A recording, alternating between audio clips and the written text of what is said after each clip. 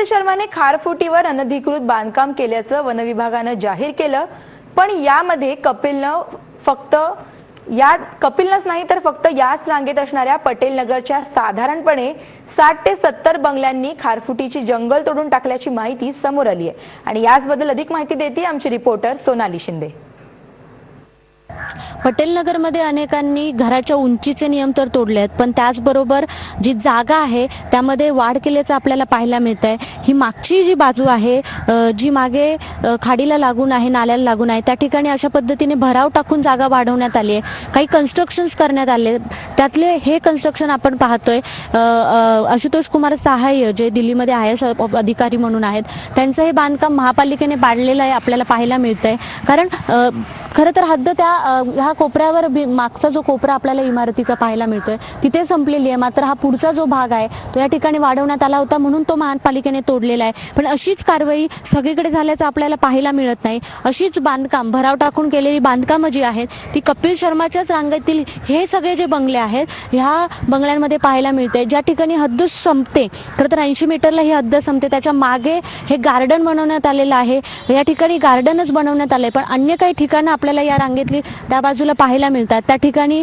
पत्र्याचं शेड टाकलेलं आहे, त्या ठिकाणी कागद लावून ती जागा जी आहे ती प्रत्यक्ष वापरासाठी वापरण्यात आल्याचं आपल्याला पाहायला मिळते।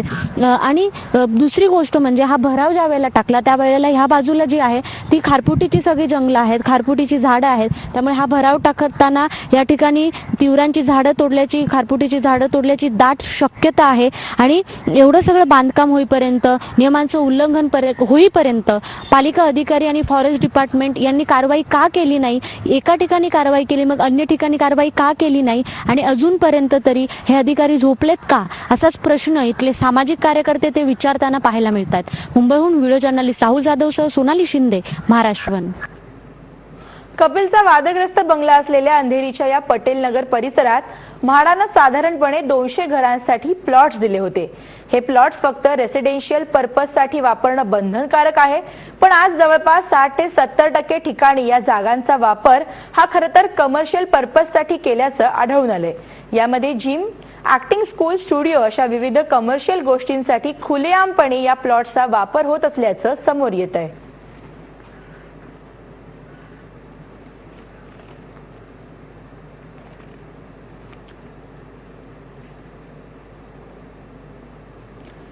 दरम्यान म्हाडाच्या जागेवर अनधिकृत बांधकाम होत असताना महापालिकेच्या अधिकाऱ्यांनी लाच घेतल्याचा आरोप भाजपचे मुंबई उत्तर पश्चिमचे उपाध्यक्ष इंद्रसेन सिंग यांनी केलाय। दरम्यान या संदर्भात त्यांच्याशी बातचीत केली आहे सोनाली शिंदेनं। आप भी यहाँ म्हाडा का प्लॉट, सबसे पहला प्लॉट जो है वो आपको मिला, ऐसा इंफॉर्मेशन मिलता है।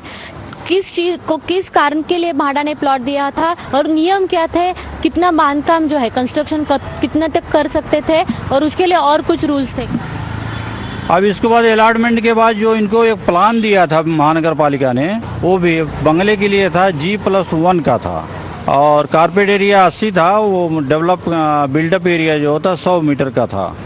और ये पूरा जो था ये रेजिडेंशियल है, यहाँ पे कमर्शियल नहीं कर सकते हैं।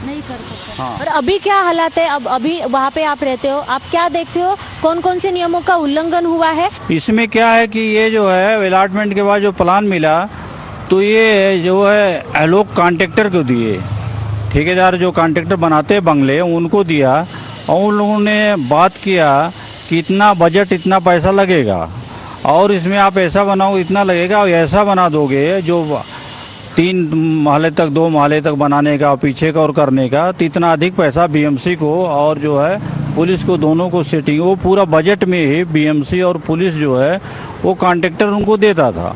वो लोग केवल पैसे ही देते थे और बाद में वो कॉन्ट्रैक्टर ही सेटिंग करता था BMC को। BMC का पैसा पहुंचा था, कॉन्ट्रैक्टर करता था और मालिक लोगों से इससे ज़्यादा वो नहीं था, उनका काम होता पैसा, लेकिन उनको कोई भी लालच देंगे ऐसा बन जाएगा। और ये BMC का ऑफिसरों का काम होता है कि इसको चेकिंग करें, और जैसे मेन ग्रोव पीछे कवर करने के लिए मेन ग्रोव काट करके, झाड़ काट करके उन्होंने भरनी करके बनाया, तो आपके ऑफिसर जो हैं BMC के जो ऑफिसर जो ड्यूटी करते हैं, जो पब्लिक का जो पैसा टैक्स कट जाता है उनको पगार मिलती है, वो लोग करते क्या हैं? 1991 पासून हे स्वतः ही सगळी प्रक्रिया बघतायत आणि हे अनधिकृत गोष्टी का होतात याची सगळी कहाणी जी आहे ते इंद्रसेन सिंह यांनी आपल्याला सांगितले. मुंबईहून व्हिडिओ जर्नलिस्ट राहुल जाधवसह सोनाली शिंदे, महाराष्ट्र वन.